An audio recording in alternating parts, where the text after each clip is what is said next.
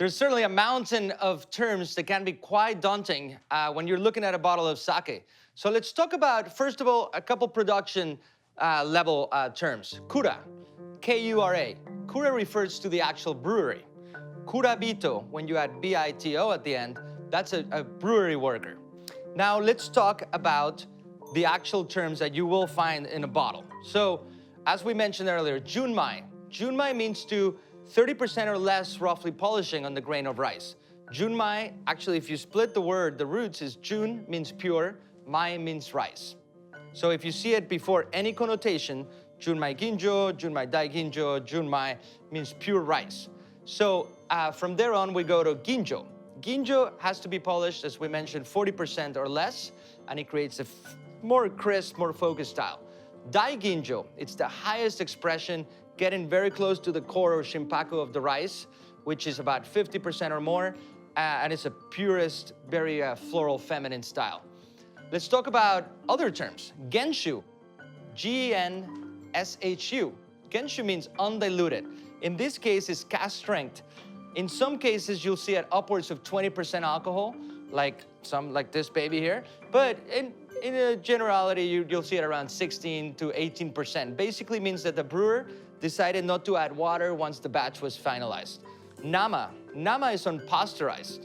Now, when you have a nama, it didn't go through any process of pasteurization. It's lively. You have to be very careful of the way it's transported and stored, because this will be very fragile. So nama, think about very protective. It's like you gotta put, it's like that bubble kit. You gotta put a bubble around it and be really careful with the light exposure, with temperature. You keep it always cool and enjoy it somewhat soon, although there's ways around it and aging.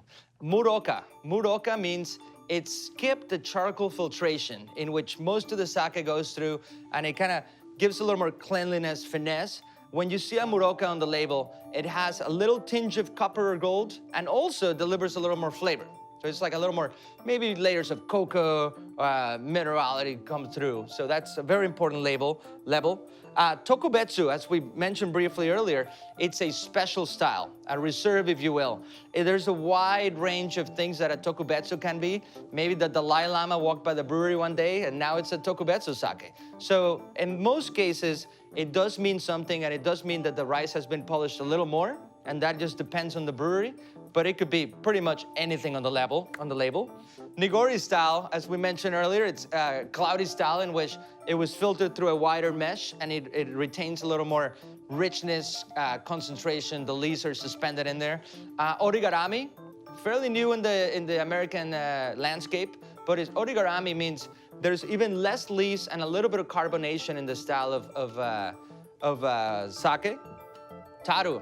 So taru sake means it's been sitting or rested for a certain number of period in a cedar container. So you will be very careful when you go to the store and you see a very cool label and it says taru sake. Be prepared and ready for it, because unless this is a style that, unless you smoke a pack of menthol, Benson and Hedges a day, it's gonna attack you really hard. It has a very like fiery, biting and chew kind of or biting a piece of wood kind of quality to it. So those are some of the basic terms that you'll see either in a wine list or at the retail application, and somewhat will give you a little direction of what the style that you need to find, and you will thoroughly enjoy. So cheers.